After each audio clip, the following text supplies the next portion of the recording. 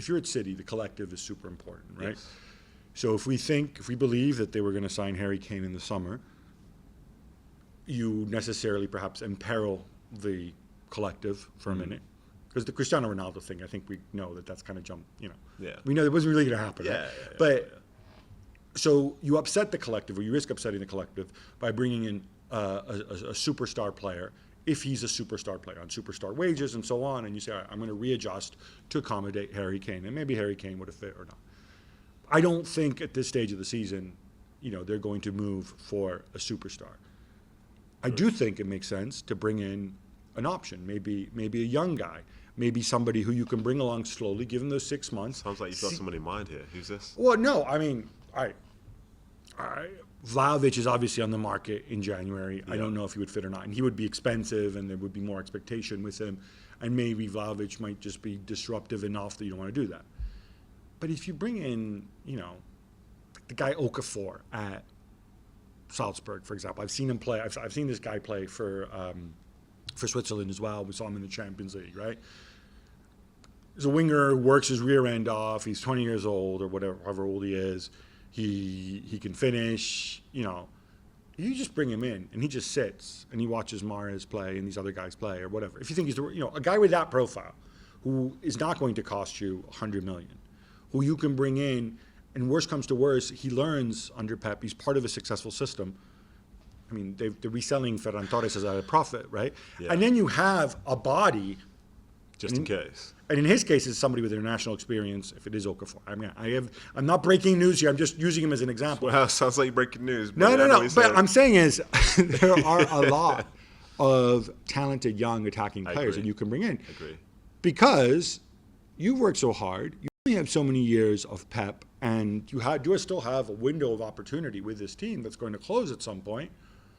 You have the money. You have the opportunity. You've just banked this money. Well, if the Torres deal happens, of course. Yes, of course.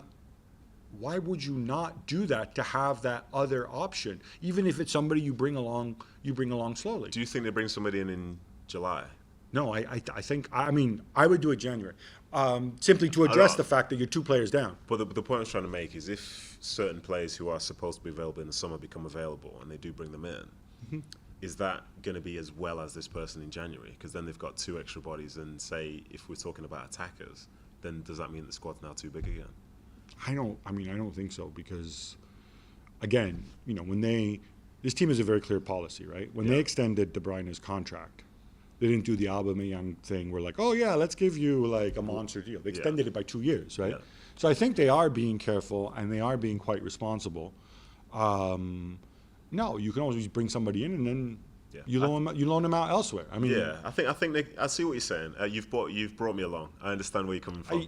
But I'd worry about how many games they're going to. No, I'd worry about how many games they're going to play though. You remember Brahim Diaz? Yeah. Right. To me, that's a great example, right? A very talented young player who was there. He was a body. He was part of the squad. At one point, it was Diaz and Foden breaking into the first team, right? Yeah. It didn't work out. He did not become a regular at Manchester City. All right, fine. So he went to Real Madrid, didn't make an impact there. Now he's at Milan. He is having an impact. He's a bit older. He's matured. There is a value in these players as well. And you can also, you're not going to lose money off it. I don't. To me, it seems like a no-brainer. Maybe it would be an idea to bring in a young player that's based in Britain then, because I think it's a big move for somebody from elsewhere to come in from a place where they've been playing, to then arrive in a place where they're kind of going to be. Because you wanted to sign Bukayo Saka, I know that, but I don't think that's going to happen. Not in January, anyway. No.